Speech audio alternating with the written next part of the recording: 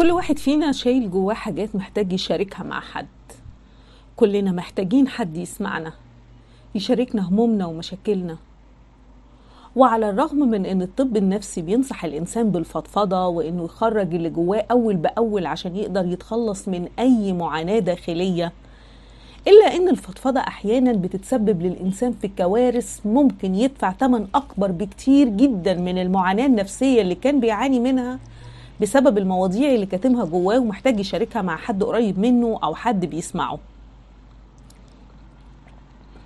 ولأن مش دايما القريبين منا بيسمعونا، ده غير إن أغلب الأسرار الشخصية اللي بتكون قافل عليها جواك مش من مصلحتك إنك تشاركها مع حد، بسبب إن كلامك ممكن يتفهم بشكل غلط، أو إن اللي قدامك تختلف نظرته ليك ويحصل سوء فهم.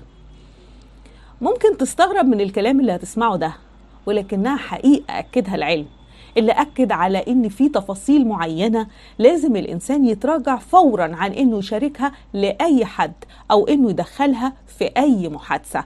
تابع معانا الفيديو للآخر عشان تتعرف على الأسرار اللي لازم تحتفظ بيها لنفسك. أول سر هو ممتلكاتك الشخصية. ممتلكاتك الشخصية دي أسرار خاصة بيك لوحدك. ليه؟ مفيش حد في العالم ما يحبش إن يكون عنده ممتلكات، وخليك فاهم إن قليل جدا من الناس اللي هيفرح لك باللي بتمتلكه، وده لأن شعور الغيرة موجود عند كل إنسان، بالإضافة إلى إن العين والحسد مذكور في القرآن الكريم.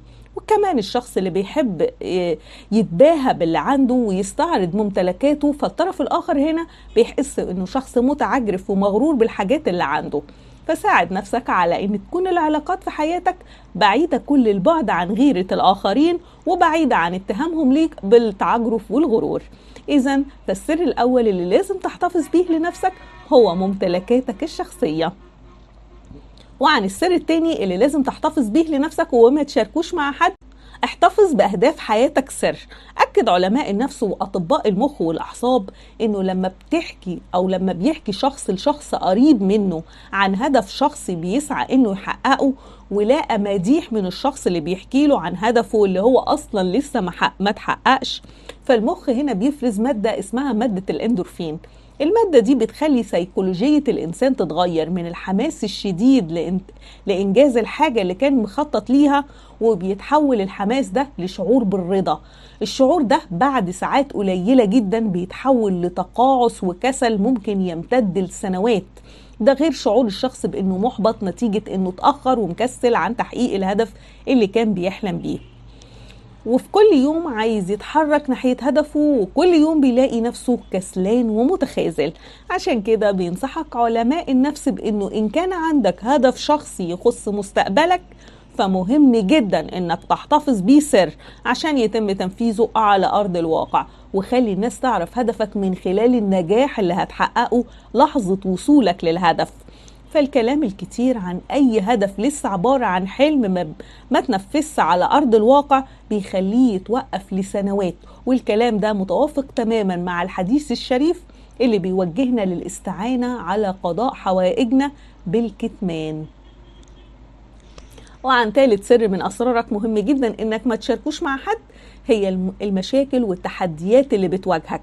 ما تحكيش مشاكلك لحد إلا لشخص تكون متأكد إنه يقدر يساعدك، لأن في الأغلب معظم الأشخاص ما بتهتمش، وحتى إن اهتموا وسمعوا فمش هيفيدوك بحاجة. فليه تعري نفسك قدام شخص ممكن في يوم من الأيام يشمت فيك أو حتى يتريق عليك؟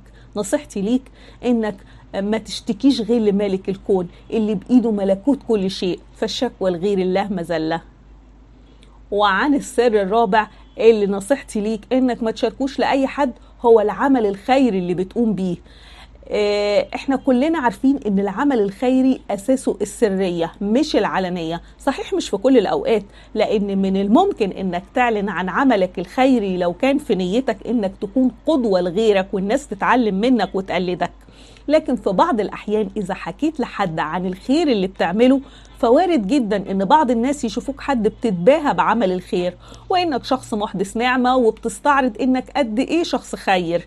فاذا كان لازم تعرف حد بالخير اللي بتعمله، فما تختارش حد اقل منك مكانة ومستوى مادي عشان تعرفه ده، لكن اختار الشخص اللي هيقوم بتقليدك اذا عارف الخير اللي انت بتعمله. او مثلا اختار شخص مش عارف يطلع خير للغير ازاي، ودله على مصادر يخرج فيها صدقات او يعمل فيها خير من اي نوع. وما تنتظرش تقدير من حد او شكر على اي حاجة بتعملها، عشان انت بتعمل كده ابتغاء مرضات الله وبس. وفي كمان حاجات تاني تندرج تحت الحاجات اللي مهم جدا انك تحتفظ بيها لنفسك، وهي مثلا اذا قمت بعمل شجاع او عمل انساني. مش بالضرورة كل الحاجات اللي هتعملها يكون فيها خير يكون فيها دفع فلوس، لكن مثلا انك حد تعدي الشارع او تغيث حد استغاث بيك، التصرفات دي كلها احتفظ بيها لنفسك تماما. لانك لو حكيت عن المواقف دي فاللي قدامك ممكن يشوفك حد بتتمنظر قدامه عشان تبين نفسك شخص شهم وخدوم. وعن خامس سر من الاسرار اللي لازم تحتفظ بيها لنفسك هو الاسرار العائلية. كل العائلات بيعدي عليها وقت تحصل عندها مشاكل من نوع معين، وفكرة انك تحكي لحد المشاكل اللي بتواجه عيلتك عشان تشيل عبء من على صدرك او تلاقي حد عنده حل ليك، فعلماء النفس بيحذروك من انك تعمل كده عشان ما تواجهش مشاكل انت في غنى عنها. ان اتكلمت مع صديق مقرب عن مشكلة بتواجهك مع واحد من افراد اسرتك، فرد الفعل الطبيعي هنا لصديقك هو انه هيكون في صفك، وانه هيصدر الحكم اللي يرضيك على الطرف الاخر، وهيشجعك بانه هيأكد لك انك انت الصح. وده طبعا بدون شك ليه اثار سلبية كتيرة جدا.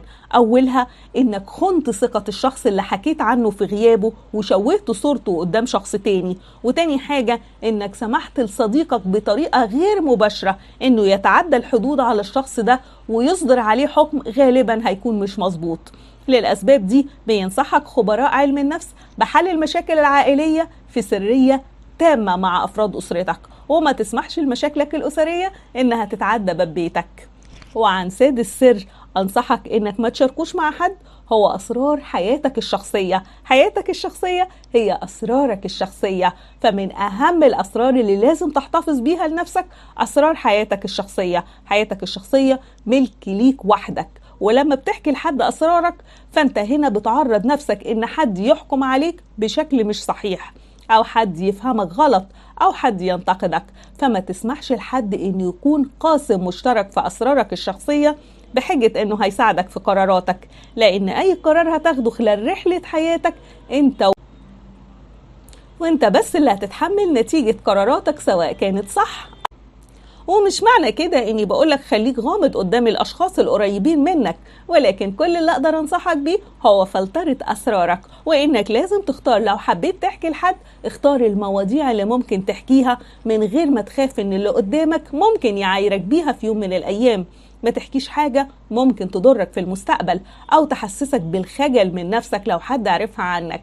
وإياك إياك إياك تعرف صديق عادة سيئة عنك، فالعادة السيئة ممكن في يوم من الأيام ربنا يتوب عليك منها وتتغير، ولكن الشيء المؤكد إنك ممكن تواجه موقف محرج جدا إذا استخدمها صديقك بهدف الهزار قدام الناس.